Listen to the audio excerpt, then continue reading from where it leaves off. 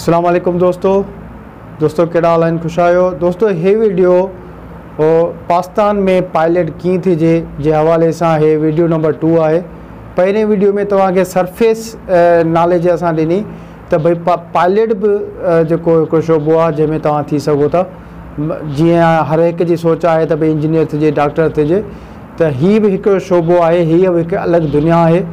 ऐं उन लाइ सरफेस नॉलेज ॾियण लाइ हिकिड़ो पहिरियों वीडियो तव्हां लाइ रिकॉर्ड कयोसीं। हे सेकेंड वीडियो आहे ऐं उमेदु आहे त कंप्लीट वीडियो तव्हां ॾिसंदा। हिन में मुकमिल जामे तफ़सीलात आहे त पाकिस्तान में या ॿाहिरी दुनिया में तव्हां पायलट कीअं थी सघो था, कहिड़ा कोर्स करे सघो था, उनजी क्वालिफिकेशन केतिरी हुअणु खपे, एज घणी हुअणु खपे, उन जो पैकेज छा आहे ऐं उन जे लाइ तव्हांजी रिक्वायरमेंट्स जेका आहे उहा केतिरी हुअणु खपे, अमाउंट केतिरो हुअणु खपे, इहा सॼी इंफॉर्मेशन हिन वीडियो में तव्हांखे मिलंदी। दोस्तों जीअं शाह अब्दुल लतीफ़ फरमाए थो, समुंड जे सेविन तिन माणिक मेड़िया, छिलर जे चोइन तिन ला साखोटा ऐं सिपियूं। जेकॾहिं तव्हांखे माणिक मेड़ा आहिनि त पोइ समुंड में जंप लॻाइणो पवंदो, उॾाम भरणी पवंदी तव्हांखे। जेकॾहिं ज़िंदगी में कुझु थियणो आहे त ज़ाहिर आहे तव्हांखे मुश्किलातुनि खे मुंहुं ॾियणो पवंदो। जे मुश्किलातुनि खे मुंहुं ॾियण जो तव्हां में हौसलो जज़्बो न आहे त पोइ इहे वॾियूं कामयाबियूं तव्हां विसारे छॾियो। त दोस्तों तव्हां पायलट कीअं थी सघो था? सभ खां पहिरीं अचूं था त क्वालिफिकेशन छा हुअणु खपे, एज छा हुअणु खपे। त जेका क्वालिफिकेशन आहे उहा घटि में घटि ग्रेजुएशन साइंस में हुअणु खपे ऐं जेका एज आहे उहा तक़रीबन 17 साल खां स्टार्ट थिए थी। यानी 17 साल में तव्हां जेको आहे पायलट जी ट्रेनिंग स्टार्ट हूं त 5 स्टेजिस आहिनि, 5 क़िस्म जा लाइसेंस आहिनि, 5 क़िस्म जा सर्टिफिकेट आहिनि जेके तव्हांखे हासिलु करणा पवंदा। ईअं खणी चऊं त 5 क़िस्म जा कोर्स आहिनि जेके तव्हांखे हासिलु करणा पवंदा पायलट थियण लाइ। त सभ खां पहिरीं मेडिकल सर्टिफिकेट लाज़मी आहे। उहो मेडिकल सर्टिफिकेट तव्हांखे आसानी सां मिली सघे थो जेकॾहिं तव्हां कंहिं फ्लाइंग इंस्टीट्यूट सां तव्हां राब्तो कंदा जंहिंमें तव्हां पढ़णु चाहियो था, त उहे तव्हांखे जेको आहे सो फैसिलिटेट कंदा ऐं मेडिकल सर्टिफिकेट तव्हांखे वठाए ॾींदा। त सभ खां पहिरीं SPL आहे, यानी स्टूडेंट पायलट लाइसेंस, जंहिंमें जेको तव्हांखे सहूलियत ॾींदो त तव्हां ट्रेनिंग स्टार्ट कयो, कंहिं बि इंस्टीट्यूट में ट्रेनिंग स्टार्ट कयो। त उन खां पोइ हिकु ॿियो सर्टिफिकेट अचे थो जेको PPL यानी प्राइवेट पायलट लाइसेंस आहे। उहो हासिलु करण सां तव्हांखे इहो थींदो जो घटि में घटि 40 कलाक जहाज़ हलायल हुजे त उहो लाइसेंस मिले थो ऐं उन सां इहो थींदो त प्राइवेट पर्सनल एरोप्लेन जेको आहे उहो हलाए सघो था, कार्गो हलाए सघो था या एरोप्लेन हलाए सघो था पर्सनली, सिंगल पैसेंजर खणी कोन था सघो था। तव्हां जेको प्राइवेट आहे उहो तव्हां हलाए सघो था। उन खां पोइ टियों जेको लाइसेंस आहे जंहिंमें तव्हांजी अर्निंग बि थींदी ऐं जेको तव्हां ॿिए हंधि किथे बि अप्लाई कयो त तव्हांखे वेलकम कयो वेंदो, यानी कमर्शियल पायलट लाइसेंस आहे। ऐं हितां खां तव्हांजी अर्निंग शुरू थींदी ऐं इन जी जेका ड्यूरेशन आहे उहा घटि में घटि 200 कलाक जेको आहे जहाज़ हलायल हुजे।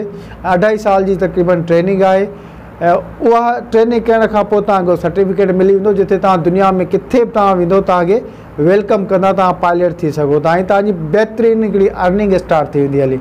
उन खां पोइ जो जेको कोर्स आहे IR या इंस्ट्रूमेंट रेटिंग।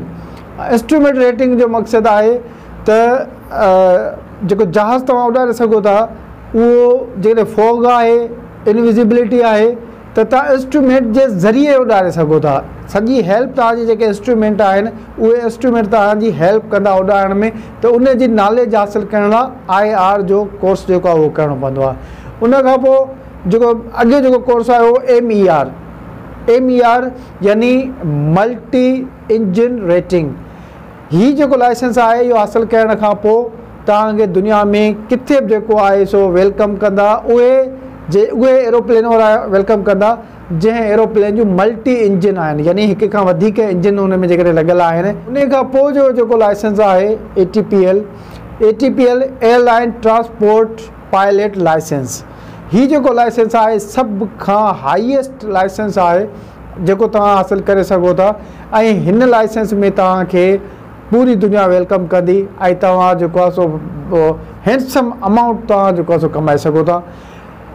हाँ अचूं था तो भाई रिटायरमेंट कीअं थींदी आहे, केतिरो अरसो हुजे। त दोस्तों 17 साल खां वठी 67 साल तोड़ी जेको आहे पायलट उहो जॉब करे सघे थो, वैलिड आहे। लैंग्वेज आहे उहा इंग्लिश आहे, त घटि में घटि 2 लैंग्वेजिस लाज़िमी अचणु खपनि हिकु पायलट खे। त हिकु त मशीनरी लैंग्वेजिस ऐं ॿियो वरी सोशल कॉन्टेक्ट लाइ जेका लैंग्वेज आहे उहा। ऐं इंग्लिश लैंग्वेज घटि में घटि 4 लेवल तोड़ी थियल हुजे, 4 लेवल तोड़ी इंग्लिश जेका बहितरीनु हुजे ऐं सम्झी ॿुधी ॻाल्हाए सघे। त दोस्तों उमेदु आहे त हीउ वीडियो तव्हांजे तमामु मुफ़ीद थियो हूंदो। अॻिले वीडियो में तव्हां इंशाअल्लाह तव्हां सिंध पाकिस्तान में जेके 15 इंस्टीट्यूट आहिनि उन इंस्टीट्यूट में कहिड़ो इंस्टीट्यूट किथे आहे ऐं उन कोर्स कहिड़ा कराए थो ऐं उनजी फ़ीस केतिरी आहे, फ़ी स्ट्रक्चर केतिरो आहे, तव्हां कीअं उते रही सघो था, कोर्स करे सघो था, तव्हां लाइ अफोर्डेबल आहे या न। इंशाअल्लाह दोस्तों वीडियो ॾिसंदा रहो ऐं हौसला अफ़ज़ाई लाइ असांजो चैनल सब्सक्राइब कयो। इंशाअल्लाह उमेदु आहे ख़ुशि ऐं आबाद हूंदा ऐं पंहिंजे मंज़िल ठाहींदा ऐं उन मंज़िल ते उॾाम भरींदा। थैंक यू दोस्तों।